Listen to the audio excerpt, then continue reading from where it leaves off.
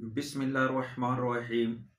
آج آپ کو ایک آسان ترین وظیفہ اور اس وظیفے کے فوائد بہت زیادہ ہیں۔ وہ کیا ہے؟ آپ کی ہر حاجت پوری ہوگی۔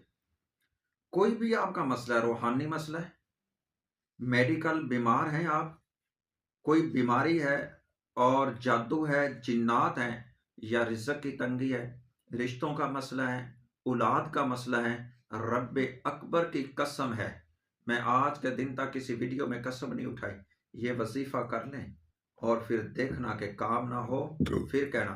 بات یہ ہے کہ آپ کی نیت کا خالص ہونا ضروری ہے، نیت کا خالص ہونا ضروری ہے۔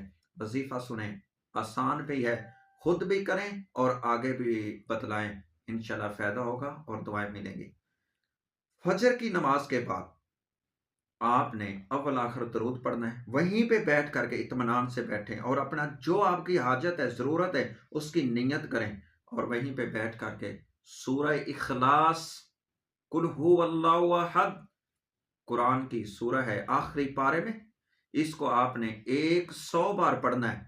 جب آپ پڑھ لیں 100 بار، اس کے بعد اپنی حاجت اس کی دعا کریں، انشاءاللہ یہ وظیفہ آپ نے لگاتار 7 دن کرنا ہے اور اللہ کے حکم سے انشاءاللہ آسمان سے آپ پر نصرت نازل ہوگی اور آپ کی وہ حاجت اللہ کے حکم سے پوری ہو جائے گی، ایک یہ چھوٹے سے وظیفے سے۔